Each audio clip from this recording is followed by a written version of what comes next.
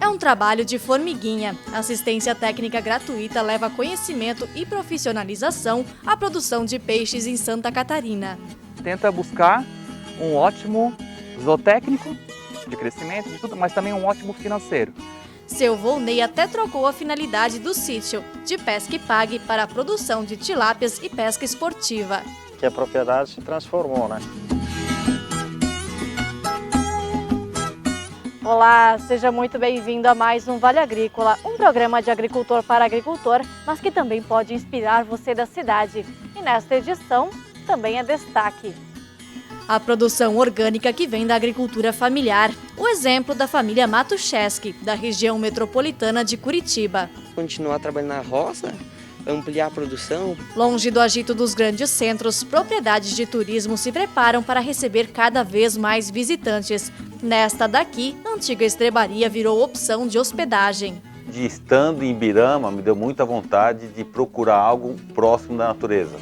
Você vai rever com a gente a história do seu José Borgesan. Ele produz cachaça artesanal em um local centenário.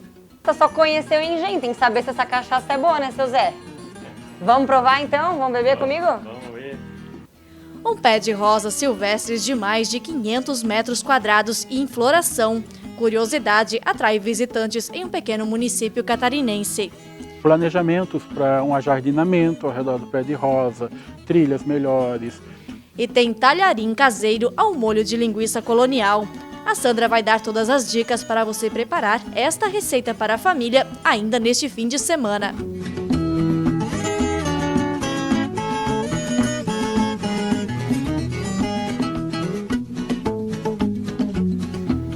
E o chimarrão já está pronto? Pegue sua cuia e fique com a gente. O Vale Agrícola cheio de informação para você está só começando.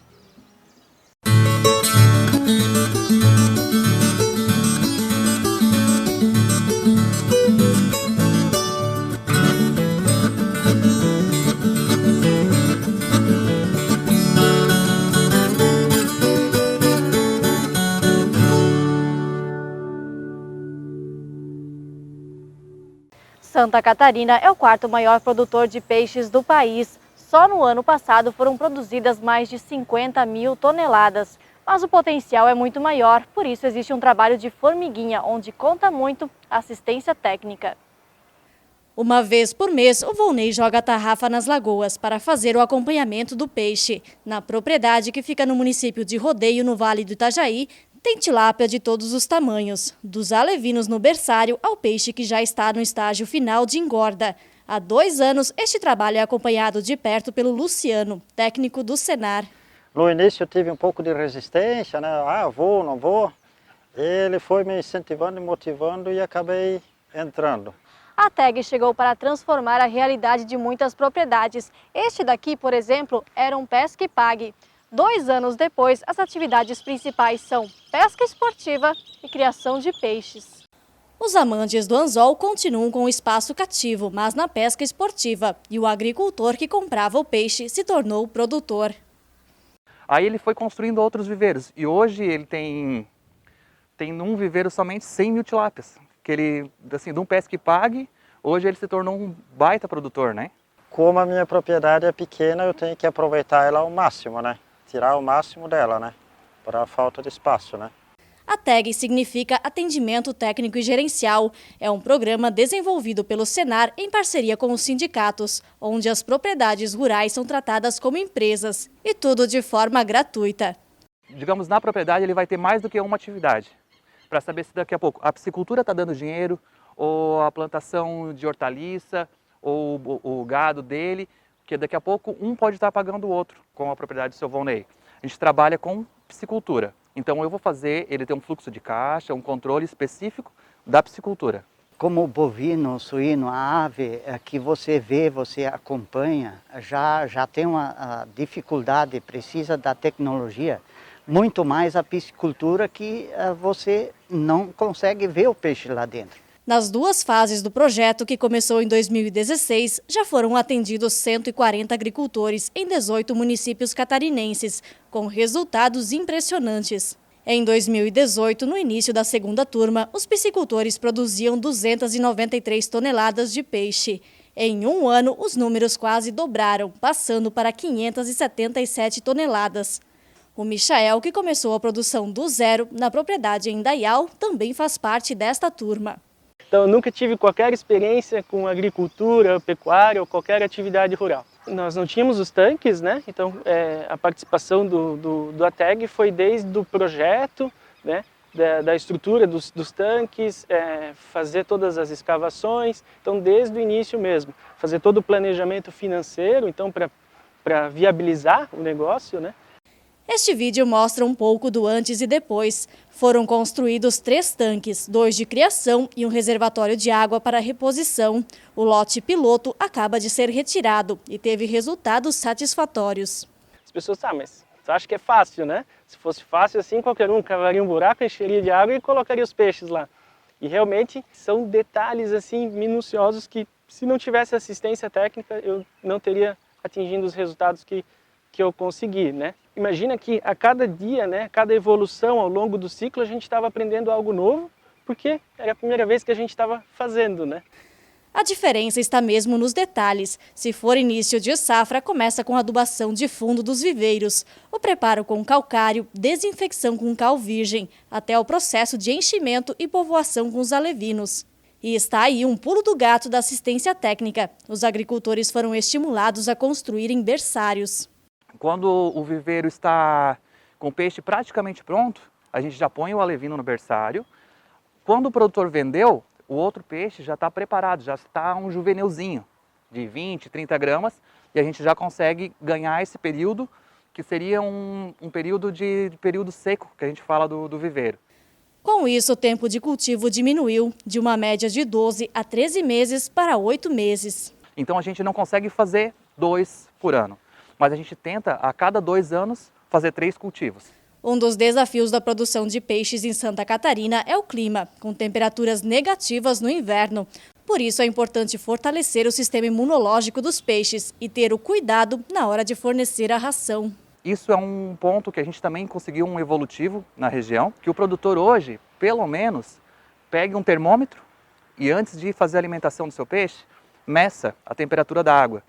Este simples cuidado diminuiu em 22% a conversão alimentar dos peixes, da média de 1,8 para 1,3, ou seja, são necessários 1,3 kg de ração para produzir 1 kg de peixe.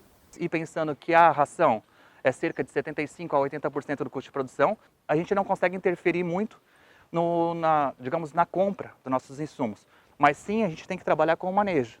Para cada estágio do peixe, também existe um tipo de ração e a quantidade a ser jogada. E é aí também que entra aquela avaliação que mostramos no começo da reportagem. É pela quantidade tarrafiada que dá para se ter uma noção da população de peixes na lagoa. Alguns dos produtores a gente conseguiu dar um passo a mais, que é eles medirem o oxigênio, para eles fazerem a alimentação quando tiver num ótimo de oxigênio. Então, assim, alguns dos produtores já possuem um oxímetro e, além de medir a temperatura, medem o oxigênio. Não dá para descuidar também da qualidade da água. Todos os meses são feitas análises: pH, oxigênio, amônia, nitrito, alcalinidade, dureza, transparência. A água também fica assim, mais verde, para proporcionar um alimento natural. A intenção é fazer com que os tanques tenham a condição ideal para o desenvolvimento. A qualidade da água ela é o fator decisivo entre o peixe continuar vivo e morrer, né? É algo essencial. Que a propriedade se transformou, né? Meus tanques são todos com revestimento com lona, né? Para evitar a erosão, né? Para manter a qualidade da água e a alta produtividade também, né? E durante o intervalo das visitas, as dúvidas são tiradas ainda pelo aplicativo de mensagens. Deu tão certo que a terceira turma já está aberta e tem até fila de espera. Uma parceria de muitos benefícios. A gente tem essa atividade para melhorar a produção, melhorar a renda, que é o objetivo principal do ATEG. Sem fazer as grandes mudanças financeiras de instalações de grandes áreas, porém fazer melhorando e aos poucos poder implantar uma melhoria também no crescimento das áreas. Maior produção em um momento em que o mercado do peixe está aquecido em Santa Catarina. Toda a produção é vendida para frigoríficos, para a produção do filé ou até mesmo postas e outros cortes, que vão abastecer o mercado nacional. Eu li algumas notícias que tem previsão de demanda para mercado externo, né? E se os grandes produtores exportam, o mercado local, que é um mercado muito interessante, mais lucrativo, acaba sendo maior para os pequenos produtores como a gente. Tenta buscar um ótimo zootécnico, de crescimento, de tudo, mas também um ótimo financeiro, que o produtor também não troque dinheiro somente, ele tem que conseguir obter lucro com a produção para ela se manter na propriedade e tornar assim mais uma fonte de renda para o produtor, né? A agricultura familiar só cresce no Brasil. Mais da metade dos produtos que nós consumimos vem desta forma de cultivo. Você vai conhecer agora a família Matuszewski.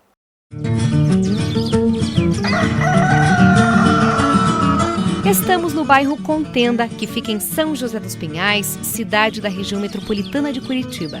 Aqui fica a propriedade da família Matuszewski, que cultiva hortaliças e cogumelos orgânicos. Eles têm tradição na agricultura familiar. A Silvana e o Luiz cresceram no campo, são filhos de produtores rurais. Teve um período que a gente até parou para achou que talvez seria melhor, mas ele foi trabalhar com caminhão e acabou começando a ter vários problemas de saúde. Então a gente resolveu voltar a trabalhar com a agricultura. Mas a agricultura convencional, ela também usa muito agrotóxico e acaba prejudicando a saúde, então a gente passou para o orgânico. Hoje, a produção gira em torno de 10 mil unidades de hortaliças por mês, como, por exemplo, couve, beterraba, alface e cenoura. A maior parte vai para São Paulo e Santa Catarina. O casal tem 3 filhos que também ajudam na produção.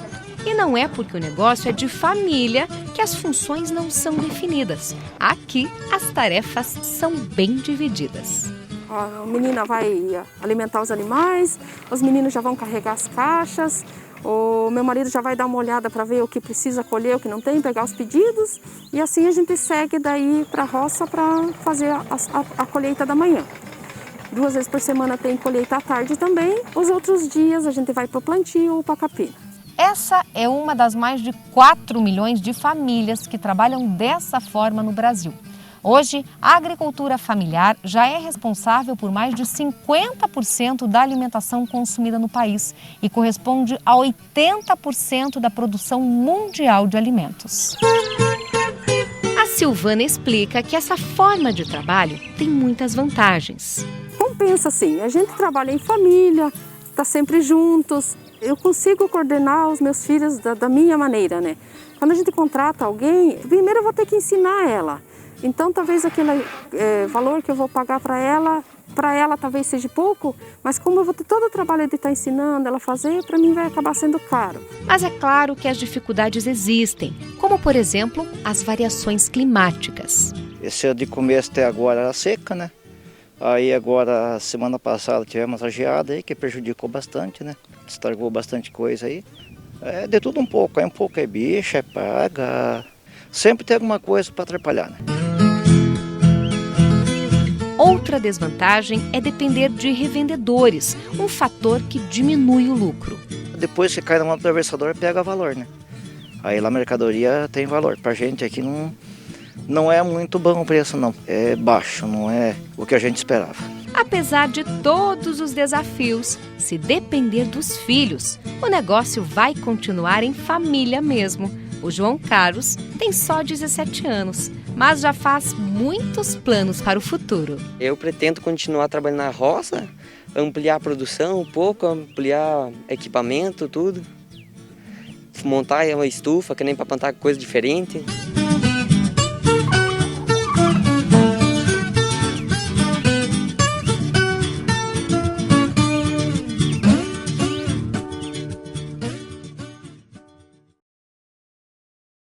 Daqui a pouco a gente volta falando de turismo rural. Uma propriedade aqui do Vale do Itajaí está começando a receber turistas que querem vivenciar as experiências do campo. A antiga estrebaria virou hospedagem. E vamos recordar a produção de cachaça do seu Zé Borgesan. Ele cuida sozinho de um engenho, no encontro de 2 rios. Toda a estrutura é tocada por roda de água, que já funciona há mais de 60 anos. Tudo para produzir uma cachaça que encanta até os paladares mais exigentes.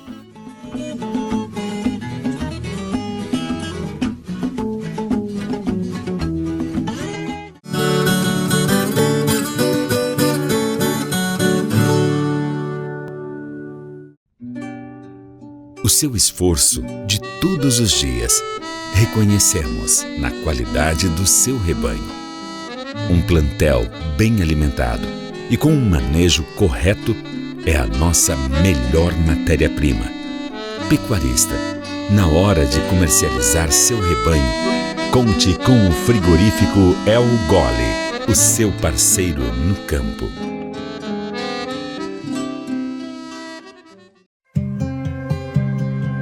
Já se imaginou morando nesse verdadeiro paraíso? Venha descobrir os encantos que a vida no sítio pode lhe proporcionar.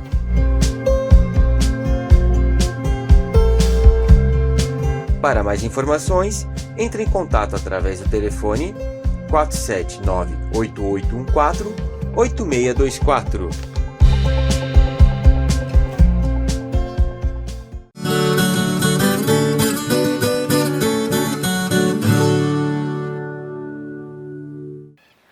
Engenho de cana-de-açúcar tocado à roda da água, cachaça produzida em tonéis antigos, em construções também seculares.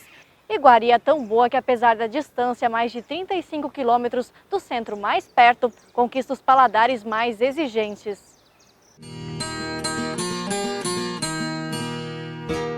Um local abraçado por dois rios que compõem uma paisagem digna de quadro. De um lado, o rio Itajaí do Norte. De outro, o Rio da Prata, na localidade de Barra da Prata, entre os municípios de Santa Terezinha e Itaiópolis. Em um lugar um tanto bucólico, a mais de 35 quilômetros do centro, se esconde esta raridade.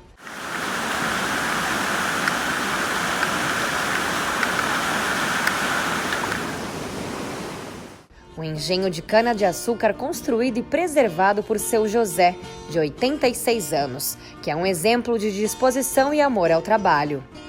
Se disser, dói a perna, não posso mais caminhar, não pode, então aí encaranga de uma vez, né? O pai do seu José, que também era agricultor, já possuía um engenho em Braço do Norte para a produção de farinha e açúcar. Mas lá não tinha força d'água, nós viemos aqui, viemos esse rio, ficamos encantados, um salto d'água, e vamos fazer isso, dá muito lucro. E daí botamos, e começamos com o engenho de açúcar, e depois resolvemos botar o alambique, depois resolvemos botar o engenho de farinha, né? A cachaça é feita através de um processo artesanal como antigamente. Durante esses anos, a natureza mudou. Enchentes foram acontecendo e a produção de outros grãos teve que acabar para evitar prejuízos à família. Porque a água pegava lá embaixo, antes da roda de dente, né? E daí foi sempre, botamos meio metro para cima, todo mundo dizia que meio metro era o suficiente. E daí foi sempre maior as enchentes e agora em 14 entrou água por aqui no segundo andar, né? Nesse cenário de filme é impossível não se encantar com a principal peça de toda essa atividade, a roda d'água, que movimenta todas as articulações do engenho. O engenho começou a ser construído em 1957 e, com muito esforço, foi finalizado em 1960 pelo seu José Borgesan. Desde lá, a roda d'água foi substituída uma única vez na década de 80, mas em todo esse tempo nunca parou de funcionar. Ela gira toda a parte de moer ali.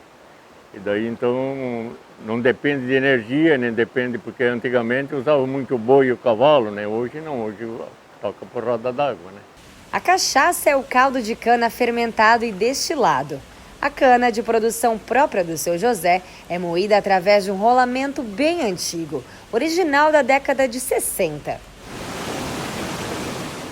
Seu José produz anualmente cerca de 3.000 litros de cachaça, mas já teve época em que saíam daqui mais de 10.000 litros da bebida. A singularidade deste local atrai muitos curiosos. É difícil ter uma indústria mais tocada por água, né? Então vem muita criança que os professores trazem de Blumenau, de Itaiópolis, para ver como que era naquela época. Porque hoje em dia eles estudam muito, mas na realidade não sabem como que era o negócio. A cachaça é vendida em garrafas de 2 litros ou em galões maiores e é procurada por pessoas de toda a região. Conquista até os paladares mais exigentes. Este restaurante de comida japonesa de Ibirama é um dos que aposta na bebida. E essa caipira que a gente vai fazer aqui agora, parece que ela foi desenhada para essa cachaça. Você pode tomar com qualquer outro tipo de cachaça que não vai ficar igual. É diferente, ela é artesanal, não sei se é pelo amor, pelo carinho que a gente tem pelo lugar também, mas com certeza é diferente. Eu vou fazer aqui, vou passar a receita para vocês e depois vocês vão provar e vão poder comprovar se realmente o que eu estou falando é verídico ou não. Então para fazer, eu vou fazer aqui no restaurante, lá a gente faz no olhômetro, né? Aqui como é restaurante a gente tem que ter padrão, então a gente usa, quem for fazer em casa vai usar mais ou menos 2 limões e meio, tem que ser limão comum, tá gente? Tem que ser o limão, ou o limão cravo, como vocês conhecem. Espreme. Então a gente usa mais ou menos 125 ml de limão, 125 ml da cachaça do seu Zé e 3 colheres bem cheias de mel. Um mel de boa qualidade, é claro, né?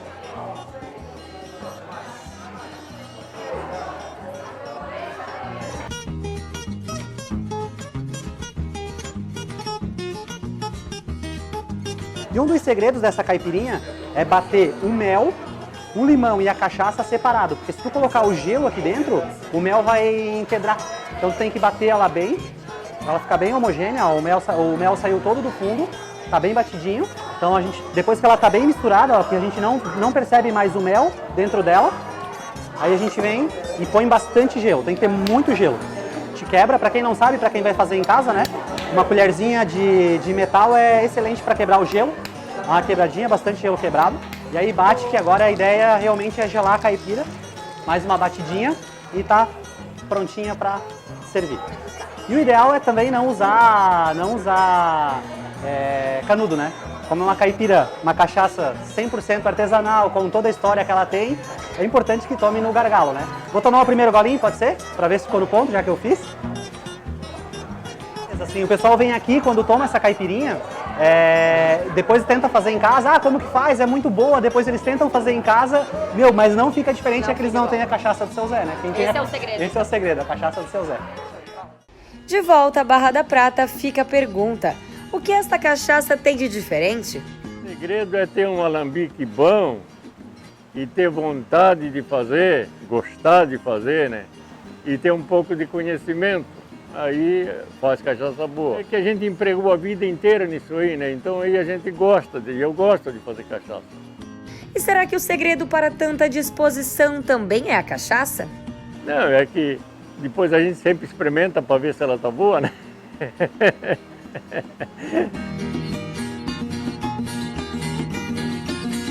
A cachaça é envelhecida em um grande tonel que fica neste rancho, construído por padres jesuítas na década de 30. E não basta só conhecer o engenho, tem que saber se essa cachaça é boa, né, seu Zé? Vamos provar então? Vamos beber comigo? Vamos ver. Não, meu Deus do céu. Eita, olha o tanto que ele encheu. Mas esse é só para um golão, né? É para aproveitar, não é sempre que a gente pode beber em trabalho, né? Vamos lá então, ó. Saúde!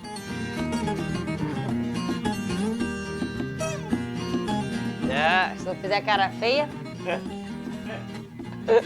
Muito boa. Forte.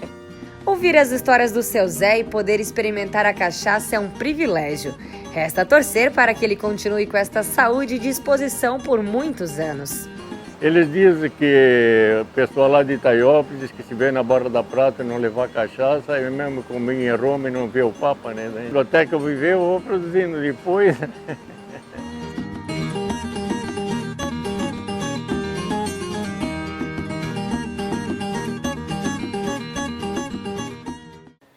A pandemia veio para mudar muita coisa e uma delas é a forma como a gente enxerga o turismo.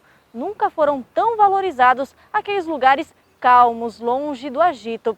E um local aqui do Vale do Itajaí, no município de Ibirama, está se preparando para receber turistas que queiram vivenciar experiências do campo. Não há como não se apaixonar à primeira vista. O sol, o verde da natureza, os animais e a construção rústica. A propriedade de aproximadamente 20 hectares fica na localidade de Ribeirão das Pedras, em Ibirama. Nomeada de La Finca, que traduzida do espanhol quer dizer pequena fazenda, é aqui que o urbano irá se misturar com o rural na mais perfeita harmonia.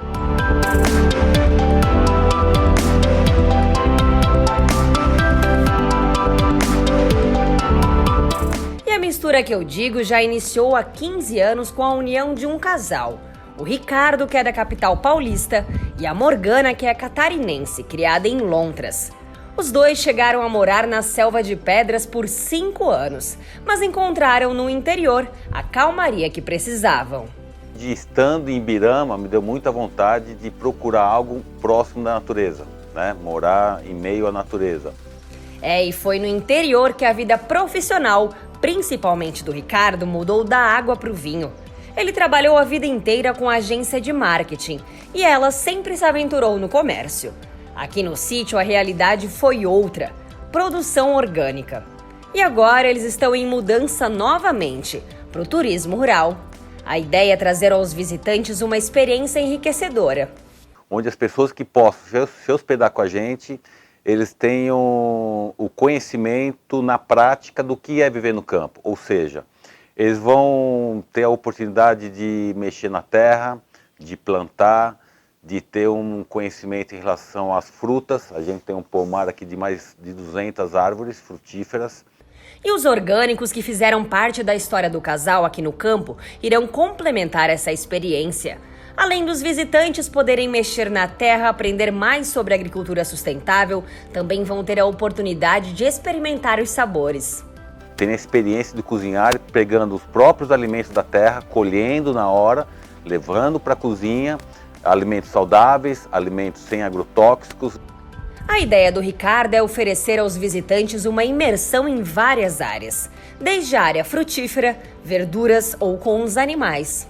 Quando essas pessoas voltarem para sua casa, para sua rotina, elas voltem melhores de quando vieram, né? Com conhecimento maior e quem sabe não tome um gosto por essa vida mais natural, né? Que a gente denomina. Esta Casa Verde, que é puro charme, foi reformada para receber os visitantes. Com 5 quartos e um espaço bem amplo de lazer, ela poderá aconchegar até 12 pessoas. Então a nossa prioridade nem é ter um espaço grande, é muito número de espaço. A gente quer fazer uma coisa menor, um conceito menor, mas com conteúdo para estar oferecendo bem maior para as pessoas que vêm nos visitar, tá? Porque eles têm essa experiência focada na vida no campo, que é o que eu acredito que mais do que nunca, hoje em dia, essas pessoas estão buscando. O rancho onde a família mora e que também poderá servir como pousada para os visitantes tem uma história um tanto quanto curiosa. Dá para acreditar que aqui funcionava uma estrebaria? Esta estrutura não tem sequer um prego e foi feita toda através de encaixe. Então a gente teve algumas mudanças aqui de reforma quando aparecida sem mexer na estrutura. A estrutura ela é toda em encaixe. São madeiras de canelas pretas, que inclusive todo o material aqui é tudo com algarismo romano, que na época acredito eu que era para se organizarem na montagem do rancho. Então também esse rancho ele tem muita história para contar, tá? As pessoas que vierem por um acaso aqui vão ter essa sensação bem interessante de que cada movimento aqui dentro tem a sua peculiaridade em relação por que foi feito, de que maneira foi construído. A ideia é receber grupos de familiares e amigos de todo canto do país, que procuram atividades bem variadas em um só local. Ibirama é uma cidade conhecida como a capital da aventura. Então, além das atividades que a gente irá proporcionar aqui dentro, em meio à natureza, a gente também vai estar em parcerias com o pessoal do rafting, de rapel, tirolesa, que é a maior tirolesa urbana do Brasil. Então são movimentos interessantes que a gente acredita que vai de encontro ao que a gente está querendo oferecer. Muito já foi feito desde o início do ano, até mesmo aproveitando este momento de isolamento para melhorar o espaço. Mas muito ainda deverá ser feito. Após a pandemia, o casal pretende ceder o espaço para pequenos casamentos. Sim, você ouviu bem, pequenos casamentos. o estilo e a pessoa também, os noivos vão ter que se adequar ou vão ter que buscar alguma coisa no que a gente quer oferecer. Um conceito de muita harmonia, muita paz. Então é essa pegada, esse movimento que a gente quer estar oferecendo para os eventos que porventura a gente venha desenvolver aqui dentro. A propriedade está disponível em vários projetos, o Acolhida na Colônia, UF e também no Airbnb. Um lugar que fez o morador da Selva de Pedras valorizar e entender o sentido da vida, após ter contato com a vida no campo e ainda querer levar essa experiência a tantas outras pessoas. E a gente percebe que a gente não precisa de muita coisa para viver bem, feliz. Essa é a grande riqueza, de você estar num ambiente totalmente natural, convivendo com pessoas naturais, com pessoas com outro mundo, sentido de mundo. E isso faz muita diferença para a gente estar cada vez mais entusiasmado em prosseguir com esse trabalho que a gente quer estar colocando em prática e já estamos colocando.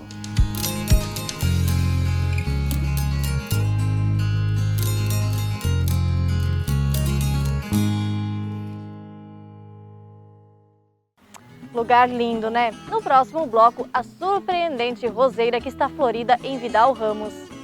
O pé foi plantado na região do Parque Chapéu das Águas há mais de 80 anos. E tem a dica para preparar um talharim ao molho de linguiça colonial.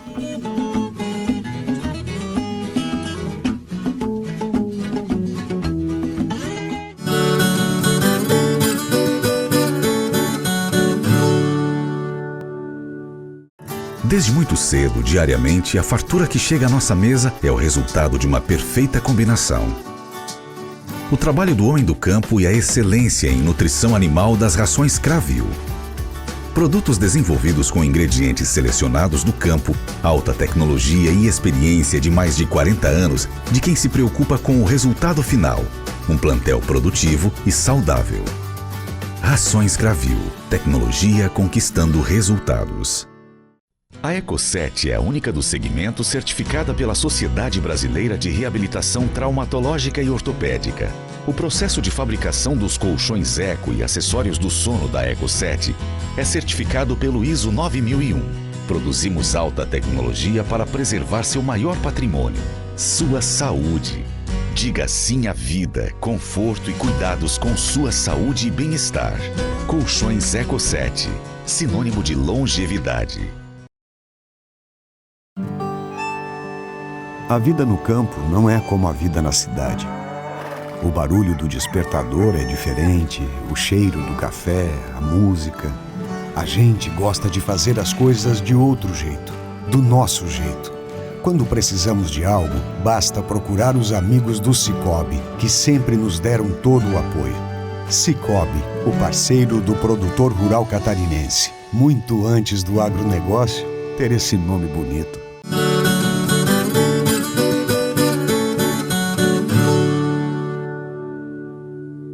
Estamos de volta. Curiosidade, um surpreendente pé de rosas que tem mais de 500 metros quadrados. Um belo arbusto de rosas com pétalas brancas, mas não se engane pela simplicidade. Este pé de rosas tem características gigantes. Com apenas alguns passos para trás ou para os lados, é possível perceber o tamanho da roseira que hoje já chega a 500 metros quadrados e ainda vem crescendo a cada ano. Segundo as histórias contadas pelos moradores de Vidal Ramos, a roseira foi plantada há cerca de 80 anos pela família Bruder, que morava em uma casinha de madeira que ficava bem aqui.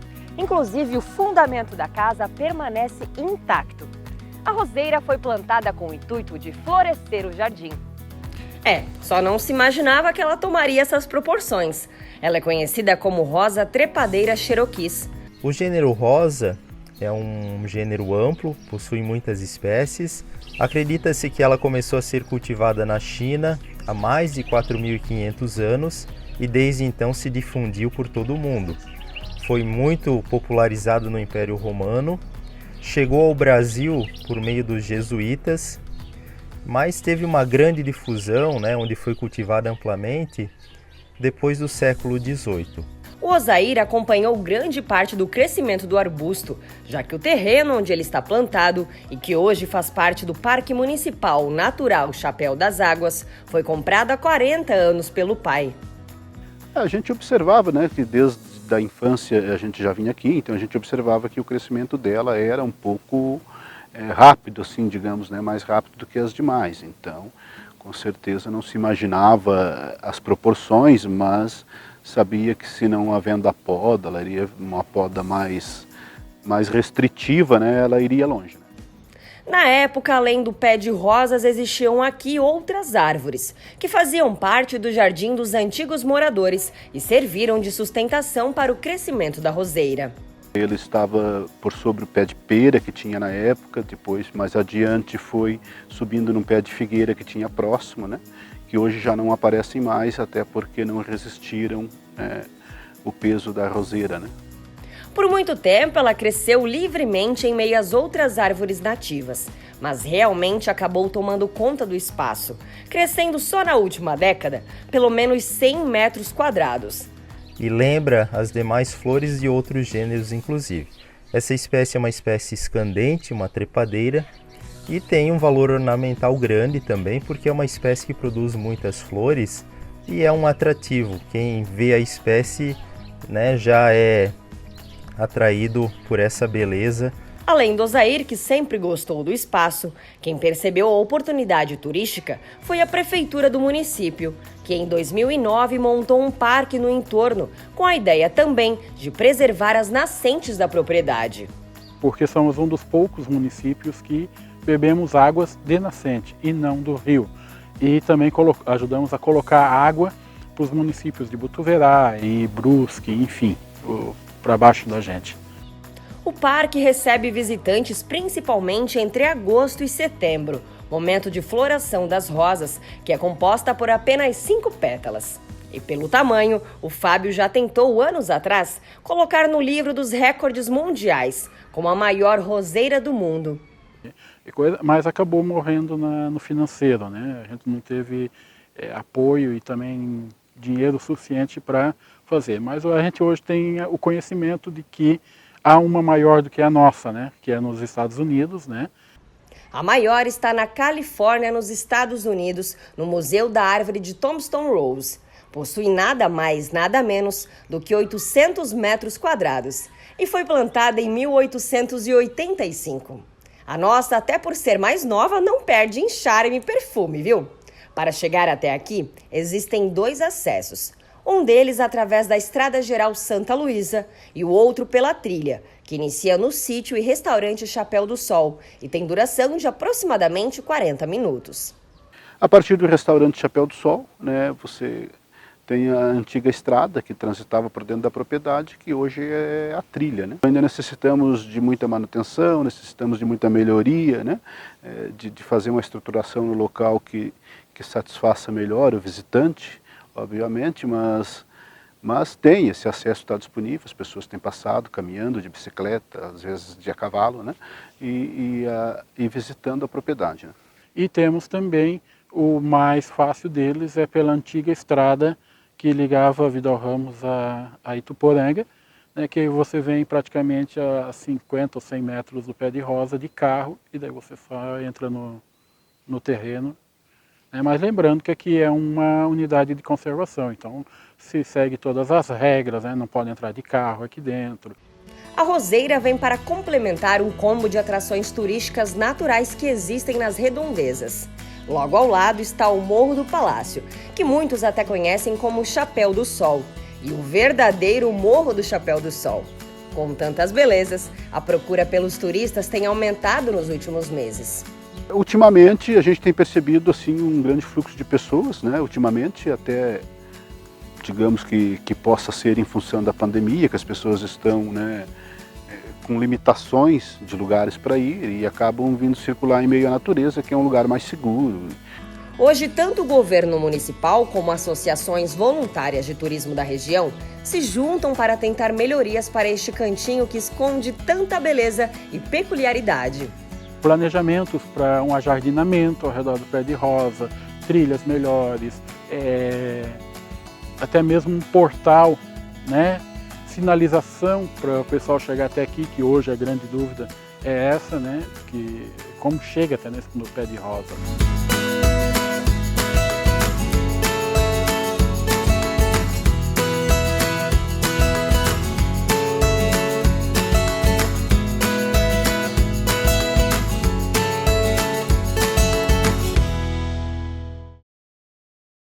Quando eu vejo uma reportagem como essa, eu penso, né, quantas curiosidades que temos escondidas por esse Brasil afora, que poderiam ser locais de turismo, como esse pé de rosas, mas que não acabam sendo explorados. Vocês pediram e a gente vai atender. Hoje é dia de macarrão caseiro, um talharim perfeito para servir com um molho de linguiça colonial.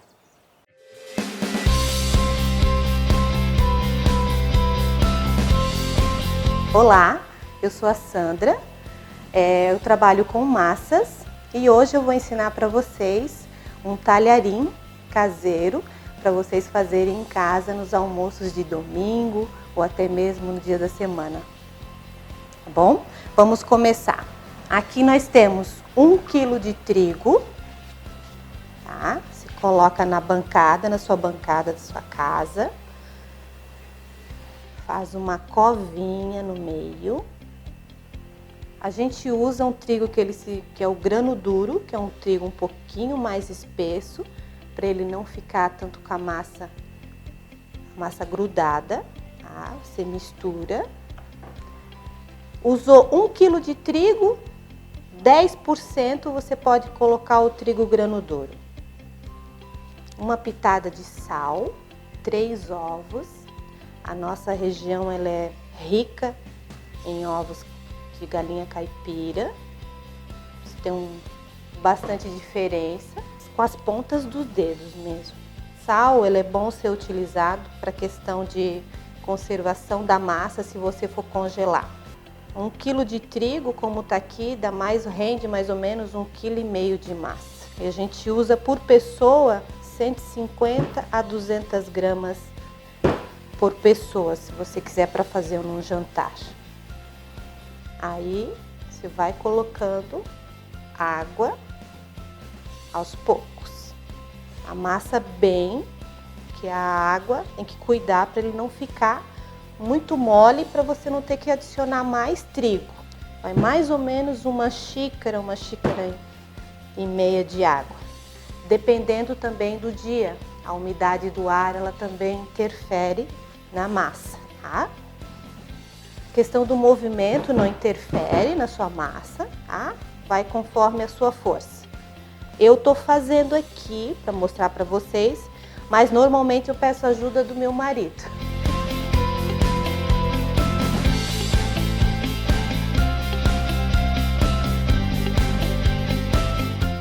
Agora que meu marido já deixou ela no pontinho, corta. E vai com o rolo. Deixar o rolo um pouquinho enfarinhado, que nem eu coloquei, para ele não estar grudando na massa. Mas aqui embaixo, vocês podem ver que não tem muito trigo e ficou uma massa mais sequinha. O grano duro é essa diferença que ele dá na massa, né? Uma massa mais tenra, mais seca. Na hora do cozimento, ela vai ficar um talharim mais saboroso, al dente. A grossura da massa, ela fica numa espessura de uns 3 milímetros, tá? Como é que vocês cortam? Eu vou ensinar 3 cortes para vocês, tá? Tirar essa bordinha.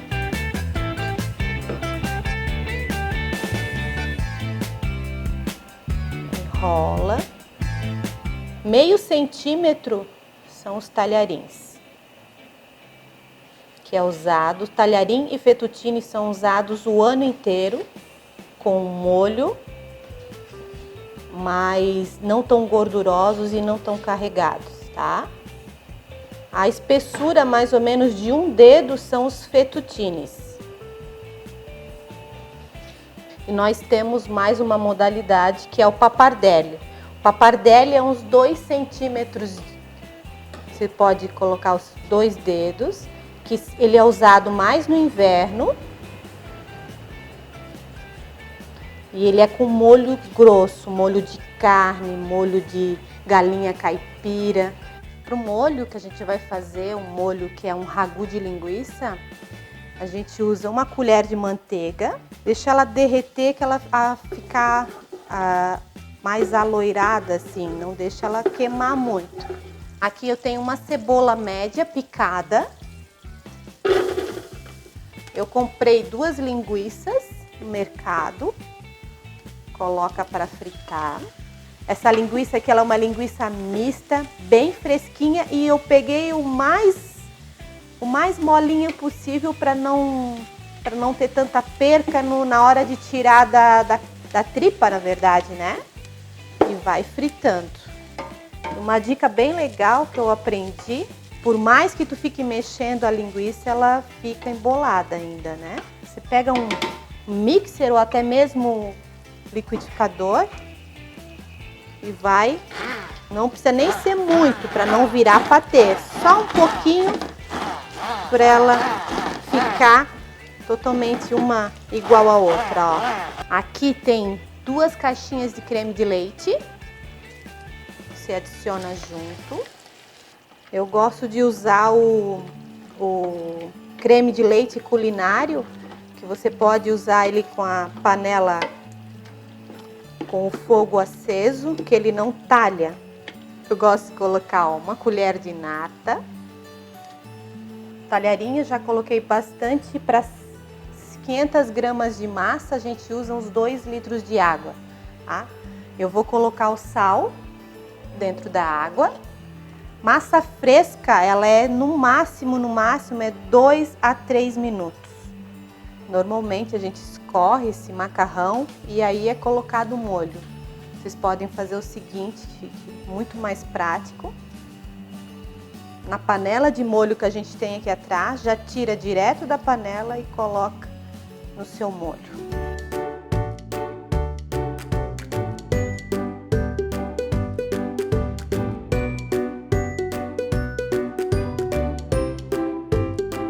Nada melhor do que um macarrão caseiro. Se tiver molho de linguiça, então, perfeito, né, Sandra? Você aprendeu isso da tua família, né? Tua sogra foi que ensinou, né? Essa receita é original da minha sogra, que é ela que nos ensinou a fazer esse talharim. É simples de fazer, né? Simples. Apenas, né, 1 quilo de trigo, os ovos normalmente... Trigo tem em casa, ovo tem em casa, né? Água e sal. Então vamos experimentar para ver como ficou o cheiro, ó, uma delícia.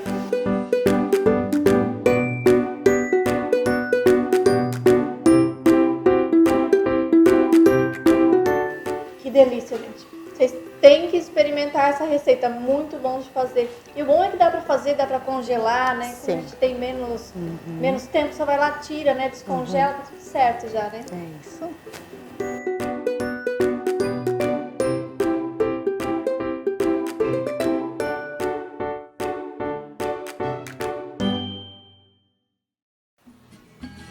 Pensa na delícia! Se você quiser ver mais receitas como esta ou acompanhar nossas reportagens novamente, é só procurar nas redes sociais, YouTube, Facebook ou Instagram do Vale Agrícola. O programa de hoje está chegando ao fim. Tenha dias produtivos de trabalho. A gente se vê na semana que vem. Até lá!